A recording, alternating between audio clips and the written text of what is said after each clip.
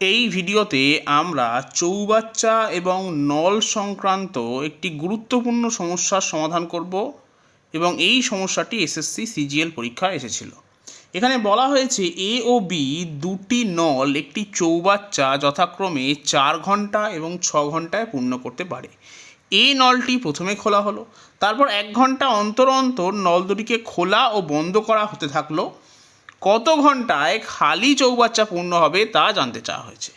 এখন এক্ষেত্রে বলা হয়েছে যে প্রথমে এ নল খোলা হলো, 1 ঘন্টা রাখা হলো খুলে, তারপর এ নল বন্ধ করে বি নল খোলা হলো, 1 ঘন্টা চালানো হলো, বি বন্ধ করা হলো, তারপর আবার এ নল খোলা হলো। এইভাবে প্রসেসটা কন্টিনিউ হচ্ছে।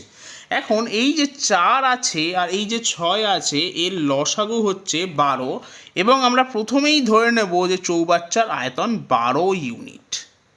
এখন যেহেতু এ নলটা 4 ঘন্টায় 12 ইউনিট ভর্তি করে, তাহলে এ নল 1 ঘন্টায় পূর্ণ করবে 12/4, তার মানে 3 ইউনিট।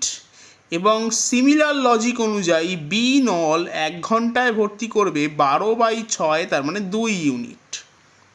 তার মানে দুটি নল 2 ঘন্টায় পূর্ণ করবে 5 ইউনিট।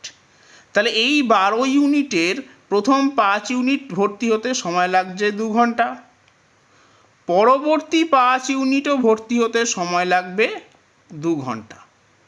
তাহলে 5 5 10 ইউনিট ভর্তি হয়ে যাওয়ার পর পড়ে থাকবে 2 ইউনিট এবং তখন এ নলটা জাস্ট চালু হবে এবং এ নল যেহেতু 1 ঘন্টায় ভর্তি করে 3 ইউনিট, তাহলে 2 ইউনিট ভর্তি করতে সময় লাগবে 2/3 ঘন্টা।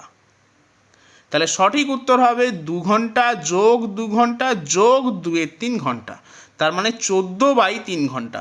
তাহলে সঠিক উত্তর হবে অপশন ডি, 14/3 ঘন্টা।